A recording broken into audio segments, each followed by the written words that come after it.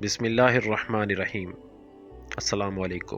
آپ دیکھ رہے ہیں دنیائے اسلام 786۔ دوستو، اگر آپ نے ہمارا چینل سبسکرائب نہیں کیا تو ضرور سبسکرائب کر لیں۔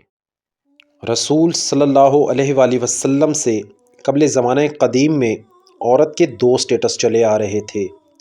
ایک باعزت خاندانی خاتون جس کے ساتھ تعلقات قائم کرنے کے لیے باقاعدہ نکاح کیا جاتا تھا، دوسری منڈیوں میں بکنے والی قابل خرید و فروخت عورت جس کو لونڈی کہا جاتا تھا۔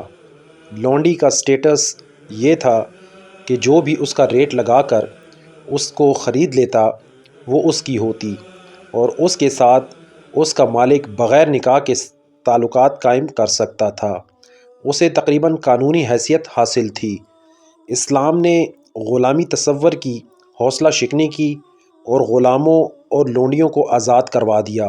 لیکن آج کچھ لڑکیاں اپنے آپ کو باعزت خاندانی اور نکاح کے ذریعے گھر کی مالکن کے مرتبے سے گرا کر وہی لونڈی کے درجے پر لے آئی ہیں، اور اس جدید دور کی لونڈی کا نام گرل فرینڈ ہے، جس کے بارے میں ابن آدم کا دعویٰ ہے کہ وہ اس کو گھٹیا سے گفٹ اور چند بار کی شاپنگ کے عوض خرید لیتا ہے۔ سوچنا عورت کو چاہیے کہ وہ نکاح کر کے گھر بسانا چاہتی ہے یا گرل فرینڈ بن کر کسی کے لیے ٹائم پاس بننا چاہتی ہے۔ افسوس کہ آج کل بہت سی خواتین، چاہے وہ شادی شدہ ہوں یا غیر شادی شدہ، اس گندے مرض میں مبتلا ہیں اور بڑی خوشی اور فخر سے کسی کی گرل فرینڈ بننا پسند کرتی ہیں۔ سخت مگر قابل غور بات ہے۔ اللہ پاک سمجھنے اور عمل کرنے کی توفیق عطا فرمائے۔ آمین ثم آمین۔